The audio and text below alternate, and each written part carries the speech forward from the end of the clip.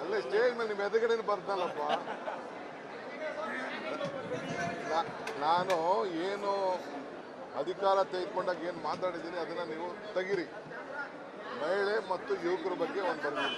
ಅದಕ್ಕೆ 5 ಬೆರಳು ಸೇರಿ ಒಂದು ಮುಷ್ಟಿ ಆಯಿತು, 5 ಗ್ಯಾರಂಟಿ ಸೇರಿ ಕೈ ಗಟ್ಟಿ ಆಯಿತು, ಅರಳಿದ ಕಮಲ ಹೂವು ಇದನ್ನು ನೋಡಿ ಉದುರು ಹೋಯಿತು.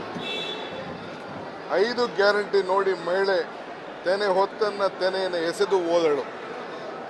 5 ಗ್ಯಾರಂಟಿ ಸೇರಿ ಕೈ ಗಟ್ಟಿಯಾಯಿತು, ಕರ್ನಾಟಕ ಸಮೃದ್ಧಿ ಆಯಿತು, ಕರ್ನಾಟಕ ಪ್ರಬುದ್ಧವಾಯಿತು.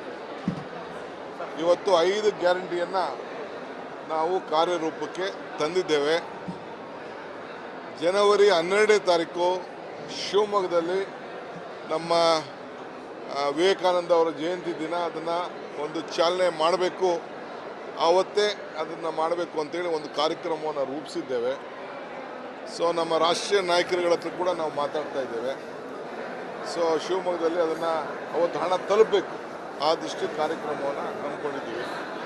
ಸೊ 5 ಏನು ಕೊಟ್ಟು ಮಾತು ನುಡಿದಂತೆ ಏನು ನಡೆದಿದ್ದೇವೆ ಅದನ್ನು ಕಾರ್ಯರೂಪಕ್ಕೆ ತಂದಿದ್ದೇವೆ.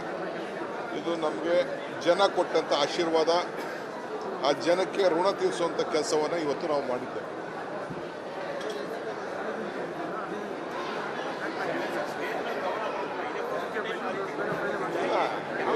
ಬೇಕಾದಷ್ಟು ಬರೆದಿದ್ದೀನಿ, ಯುವಕರು ನೋಡ್ಬೇಕಲ್ಲಪ್ಪ. ಇನ್ನೇನೋ ಬರೆದಿದ್ದೆ. ಸೊ ಹಂಗೆ ನಮಗೆ ಜೀವನದಲ್ಲಿ ಒಂದು ನಾವು ಕೊಟ್ಟ ಮಾತು ಉಳಿಸ್ಕೊಂಡವಲ್ಲ ಅನ್ನೋದು ಒಂದು ಸಮಾಧಾನ ಬಂದಿದೆ. ಸೊ ನಾವು 5 ಗ್ಯಾರಂಟಿ ಅಂತ ಇದನ್ನು 5 ಬೆರಳೇ ನೋಡಿ, ಈ ಹಸ್ತದಲ್ಲಿರೋಂಥ 5 ಬೆರಳು ನೋಡಿ 5 ಗ್ಯಾರಂಟಿ ಅಂತ ಅವತ್ತು ನಾವು ಇಟ್ಟಿದ್ದು. 1 2 3 4 5 ಆಯಿತು. ಈ ಮುಷ್ಟಿಗೆ ಬಲ ಬಂತು.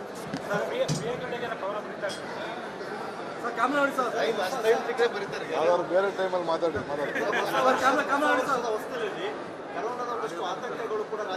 ಯಾರು ಕೊರೋನಾ ವಿಚಾರದಲ್ಲಿ ಆತಂಕ ಪಡೋದು ಬೇಡ, ಜಾಗೃತರಾಗಿರ್ಬೇಕಷ್ಟೇ.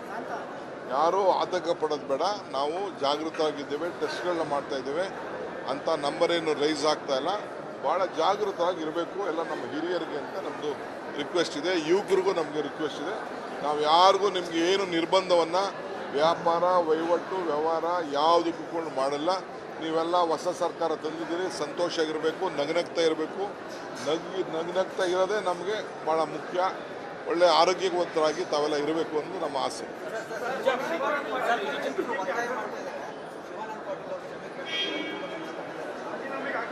ನೋಡಿ, ನಾನು ಅವ್ರ ಹತ್ರ ಮಾತಾಡ್ತೀನಿ.